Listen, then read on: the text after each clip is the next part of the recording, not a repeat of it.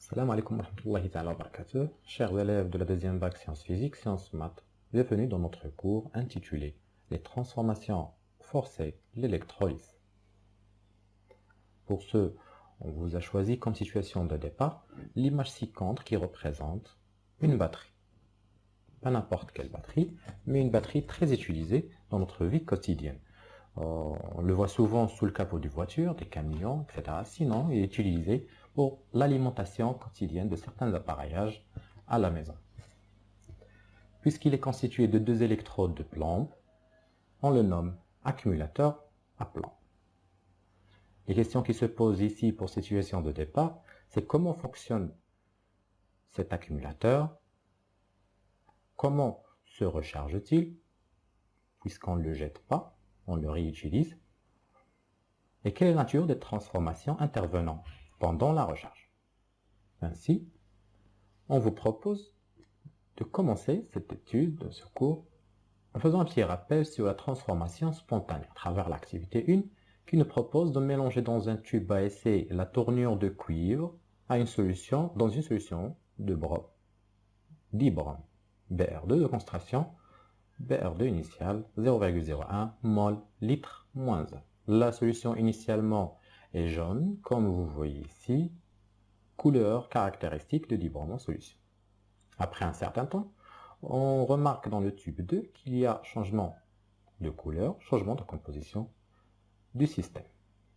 Et réaction transformation chimique du système, ceci dit qu'on nous demande en l'exploitation d'écrire les réactions qui se produisent spontanément entre le Cu, le cuivre, et le dibrom.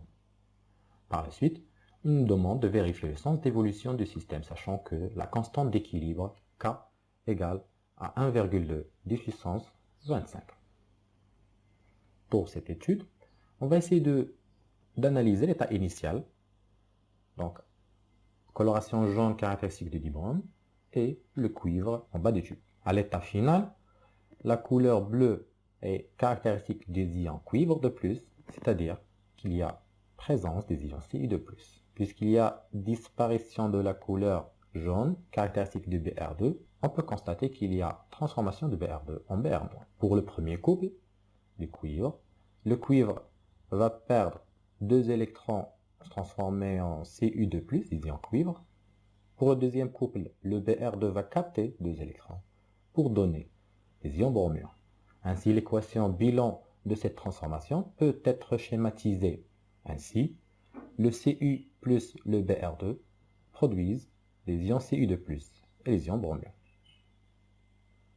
En deuxième plan, la vérification du sens d'évolution conduit à l'utilisation des critères d'évolution spontanée, quotient de réaction à l'état initial égal à concentration des produits sur la concentration des réactifs. Les produits que nous avons ici, le Cu de plus et le Br-, ils sont absents à l'état initial, c'est-à-dire que concentration 0. Par contre, les ions Br2 sont présents, concentration initiale connue.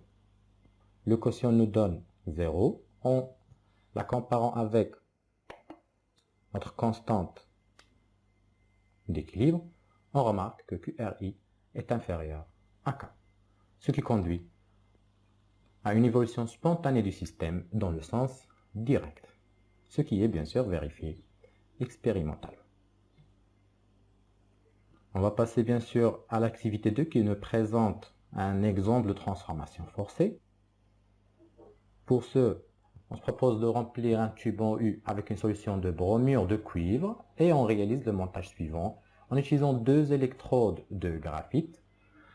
Après un certain temps, après une durée d'état T, on observe la formation de dépôts de cuivre au voisinage de l'électrode reliée à la borne négative du générateur, ici en coloration presque rouge, orange, ainsi qu'une apparition du Br2 jaune au voisinage de l'électrode reliée à la borne positive du générateur. On le remarque bien ici qu'il y a une auréole jaune caractéristique des ions Br2.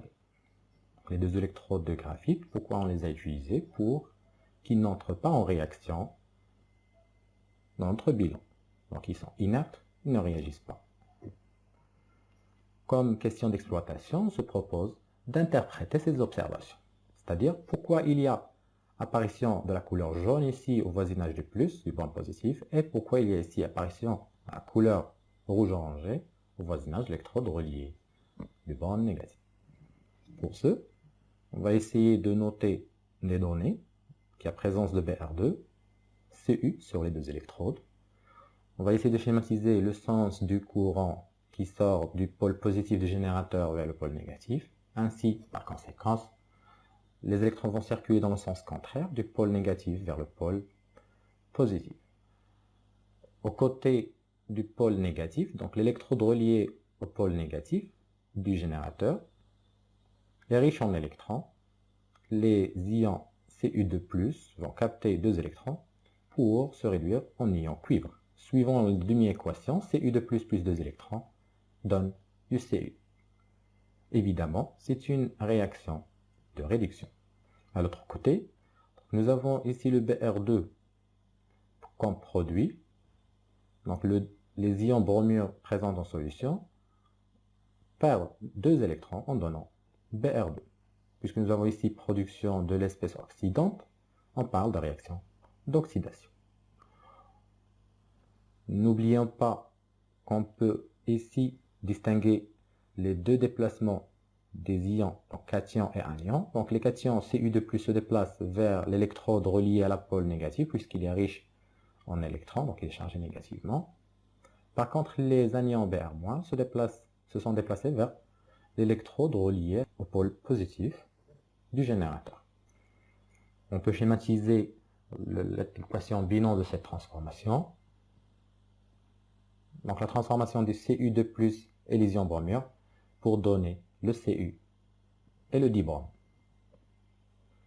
On peut constater aussi que cette transformation est la réaction inverse de l'évolution spontanée du système étudié précédemment. Comme conclusion de cette activité, on peut réaliser une transformation forcée ou forcer à une transformation à avoir lieu lorsqu'on fournit l'énergie nécessaire, soit le sens des électrons, au système pour évoluer dans le sens inverse de celui de son évolution spontanée. On appelle souvent cette transformation par l'électrolyse. Passons à la définition des transformations forcées ou électrolyse qu'on peut conclure. Donc, une électrolyse, en fait, c'est une transformation forcée due à la circulation d'un courant électrique imposé par un générateur.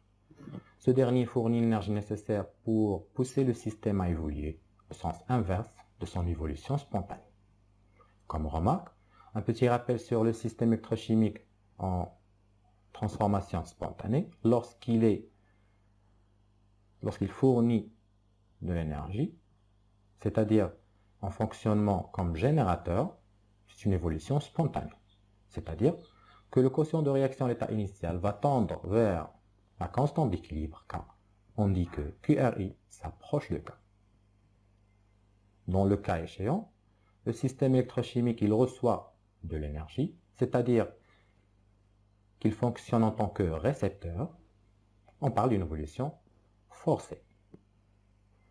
Le quotient de réaction s'éloigne de K, on dit qu'il diverge de K. Ce qu'il y a à retenir, c'est qu'en transformation forcée, le quotient de réaction s'éloigne de la constante d'équilibre K.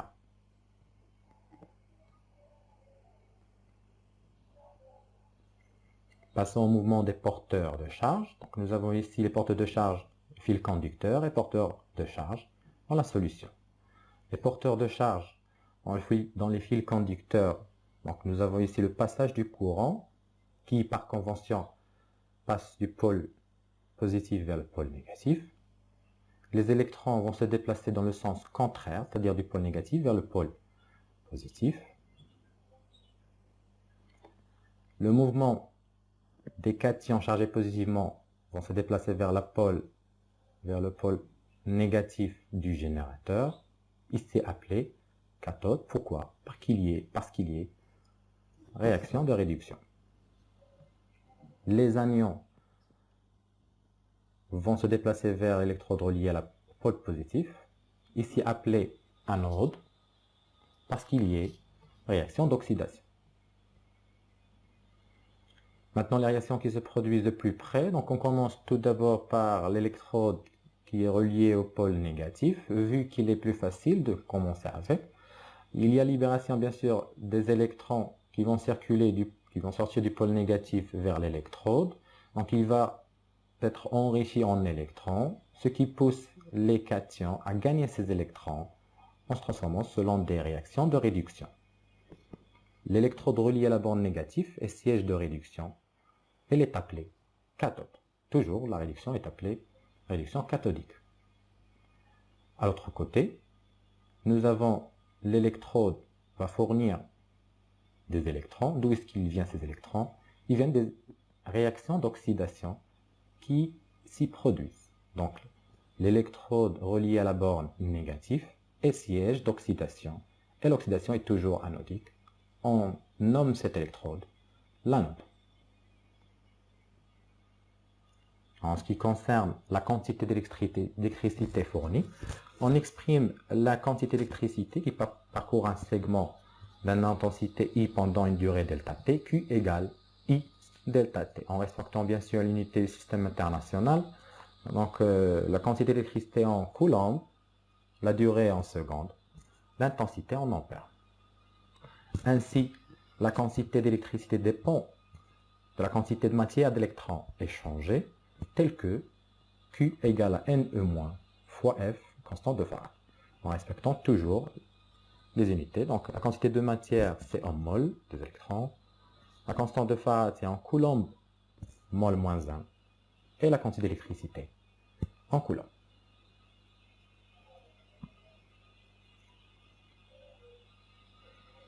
Comme application, on vous propose 3 applications. La première étant l'électrolyse d'une solution aqueuse de chlorure de sodium Na+, Cl-. On introduit dans un tube en une solution aqueuse de chlorure de sodium avec 2 électrodes de graphite plongées dans la solution et reliées chacune à l'une des bornes du générateur tension continue. On observe auprès d'un électrode dégagement de dichlorure et auprès de l'autre dégagement de dihydrogène, ainsi que la formation en solution des ions hydroxyde HO-. Donc les électrodes de graphite n'interviennent pas puisqu'ils sont inertes. Les couples présents, donc on a le couple de Cl2, Cl-, O2, H2O, H2O, H2, Na+, Na. La constante de Farad, 9,65 puissance 4, coulomb mol moins 1, le volume molaire étant de 24 litres mol moins 1. Le schéma représente ce que nous avons dit dans l'énoncé, donc un générateur tension continue, un pôle positif relié avec une électrode nommée A, ici. Le pôle négatif du générateur est relié à l'électrode B, notée ici. En solution, nous avons ici Na+, et Cl-, en plus l'apparition, au cours de l'électrolyse, des ions H-, c'est-à-dire le milieu de vient basique. Comme question d'exploitation, on propose d'identifier les électrodes anodes et cathodes parmi l'électrode A et B en justifiant. Deuxième question étant de déterminer le sens de mouvement des ions dans la solution, tout en justifiant. Troisième question, établir les réactions possibles au voisinage de l'anode. Quatrième question, écrire les réactions possibles au voisinage de la cathode. Cinquième question, l'équation bilan. En ce qui concerne la sixième, le générateur débite un courant d'intensité 3 A pendant une durée delta T égale à 30 minutes. Première question, calculer la quantité d'électricité débitée pendant delta T. Deuxième question, calculer le volume de dichlorure formé pendant delta T. Pour répondre à ces questions, on se propose tout d'abord de remarquer un peu le schéma pour en extraire 2 informations. La première, c'est le sens de branchement du générateur. La deuxième, c'est le sens de circulation des électrons. Comme déjà ici schématisé, les électrons vont se déplacer du pôle négatif vers le pôle positif, c'est-à-dire que l'électrode B va être enrichie d'électrons, ce qui conduit toutes les espèces qui sont capables d'être réduites à une réaction de réduction. Donc, le bord électrode positive, l'électrode B ici, est relié à la borne négative du générateur, siège du réaction de réduction. Réduction, elle est toujours cathodique. À l'autre côté, l'électrode A est reliée aux bornes positives du générateur. Il va être siège des réactions d'oxydation. On parle d'anode, oxydation anodique. Notons un peu tout ça.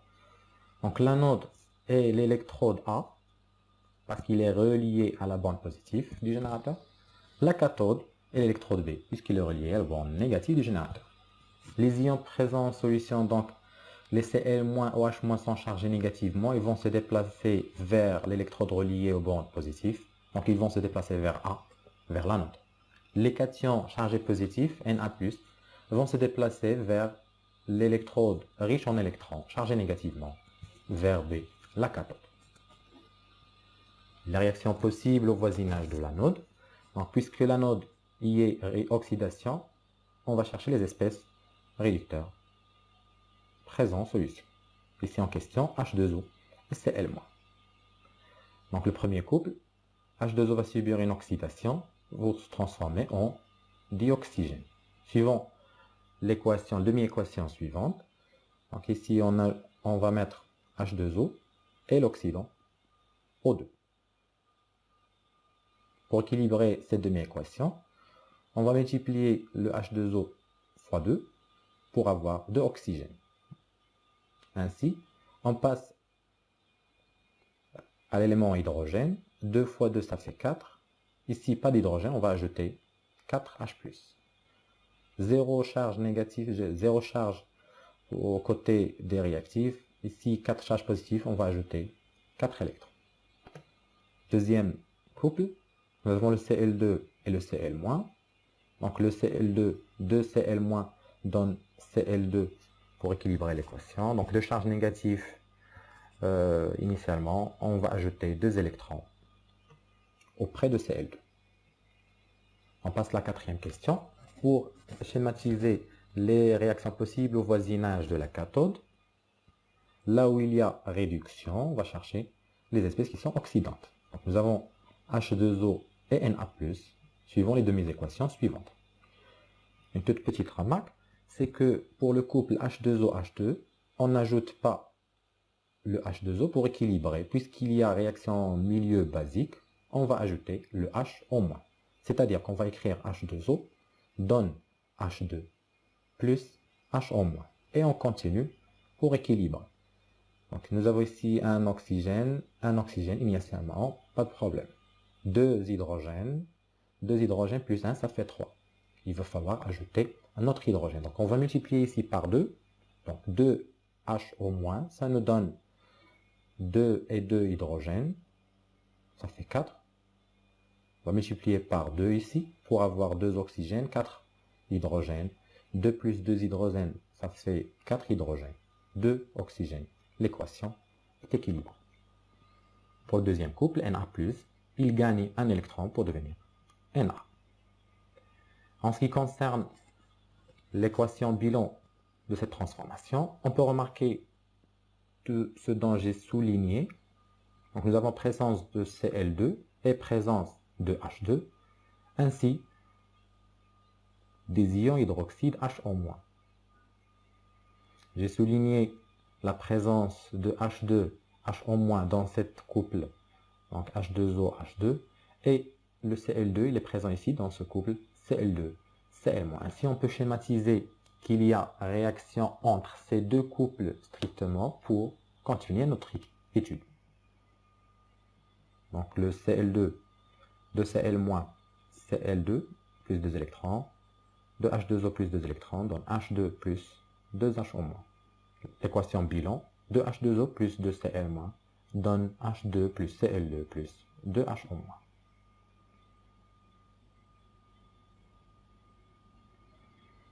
Le calcul de la quantité d'électricité parcourue dans le circuit. Connaissant la fameuse relation Q égale à I delta T, I étant donné delta T donné, on fait juste une application numérique rapide. Donc l'intensité égale à 3 ampères. 3 fois 30 minutes va être converti en secondes, fois 60, ça donne 5400. N'oubliez pas l'unité en coulombs. Sixième question, 6.2. Calculer le volume Cl2 produit durant la réaction. Cette question est un peu plus délicate puisqu'il demande le dressement du tableau d'avancement aux côtés de l'électrode où se produit le Cl2, puisque le Cl2 est produit suivant une demi-équation, une réaction d'oxydation. Donc on va aller auprès de l'anode pour dresser ce tableau. Donc, tableau d'avancement auprès de l'anode. À l'état initial, nous avons N initial de Cl-, et ici 0, 0. Pourquoi? Parce que initialement, nous n'avons pas de production de gaz, Cl2, et initialement, il n'y a pas d'échange d'électrons. Après une durée delta T, Ni de Cl- moins 2x, puisque nous avons ici coefficient 2. Production de Cl2, coefficient 1, on va noter ici x, et 2 électrons, 2x. Deux informations très importantes, on va tirer de ce tableau. À premier étant, la quantité d'électrons est changée. Ne- égale à 2x. À deuxième étant, la quantité de matière du gaz ici, donc Cl2x. Donc N de Cl2 égale à x. On sait que I delta T égale à NEF. Donc Ne égale à I delta TF. Pour relier la quantité d'électrons et la quantité de matière, donc nous avons ici Ne sur 2 égale à x et N de Cl2 égale à x. Donc N de Cl2 égale Ne sur 2.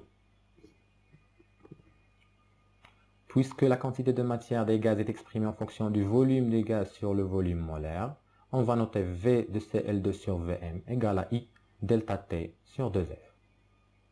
Environ le volume molaire vers l'autre côté de l'équation. En utilisant une application numérique, on obtient le volume du gaz dégazé Cl2 égale à 0,67. N'oublions pas l'unité très importante, le litre. Ce qu'on peut donner comme résultat général de cette activité, c'est qu'en connaissant le sens du courant, on peut identifier l'anode et la cathode. On peut déterminer bien sûr les oxydations possibles et les réductions possibles. Et on peut bien sûr identifier les réactions qui se produisent effectivement parmi d'autres.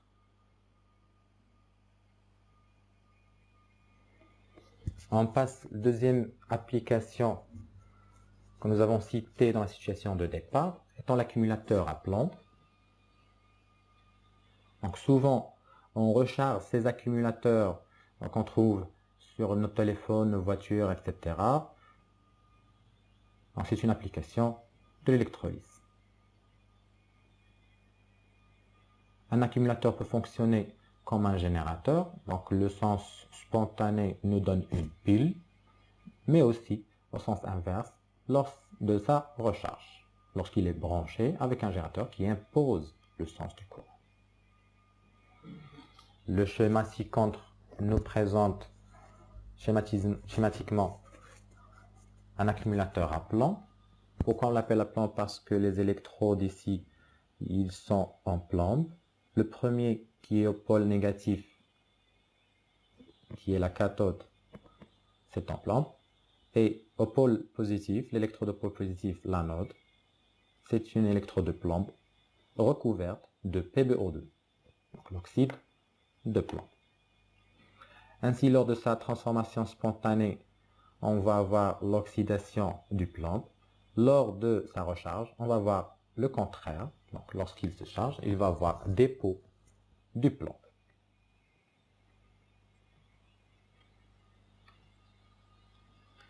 Comment fonctionne-t-il? Parce qu'il est en tant que générateur. Donc, le PbO2 va se transformer en accompagnement du plomb en PbSO4 plus H2O. Et lorsqu'il est en la recharge, le fonctionnement en tant que récepteur, il reçoit de l'énergie, on va avoir les produits qui vont se transformer en réactifs, c'est-à-dire qu'on va inverser les réactions qui vont s'y produire. Troisième application proposée ici, la galvanisation par électrolyse. Donc, l'électrolyse est mise à profit pour recouvrir une surface métallique par une fine couche d'issue d'autres métals. Ainsi, on peut restaurer, on peut revêtir, on peut donner de la valeur à tout ce qui est métallique à travers cette application. Ce qu'il faut retenir, c'est qu'on doit impérativement utiliser la pièce à revêtir comme cathode, c'est-à-dire reliée à la borne négative pour obliger bien sûr les réactions de réduction de s'y produire, pour qu'il y ait dépôt. L'autre métal de revêtement doit être comme anode relié à la bande positive pour donner des électrons, pour libérer, pour fermer le circuit, réaction, oxydation. L'exemple ici que je vous ai proposé est simple recouvrement d'une cuillère. Donc la cuillère, on va la mettre à la cathode par l'argent qu'on va mettre à l'anode, pôle positif, en solution tout baigné dans les nitrates d'argent. Ainsi, lorsqu'on ferme le circuit, on va avoir circulation d'électrons vers la cathode qui va attirer les ions Ag+ en solution pour donner des réactions de réduction. Suivant l'équation, bien sûr, Ag+ plus un électron égale à Ag, qui va se déposer sur la cuillère. Et au voisinage de l'anode, il y a oxydation. Donc l'argent va s'oxyder pour donner des ions Ag+. Ces ions Ag+ vont se déplacer en solution, bien sûr, pour compenser le manque de celles qui sont déposées déjà, pour avoir la neutralité, pour vérifier la neutralité électrique. Donc Ag donne Ag+, plus un électron. Alors, on vous propose pour le fin de ces cours, l'exercice 1 qui représente l'électrolyse au couvrement d'un métal par une couche d'un autre métal. Et deuxième exercice, le recouvrement d'une assiette. Merci de votre attention. Fin de notre cours.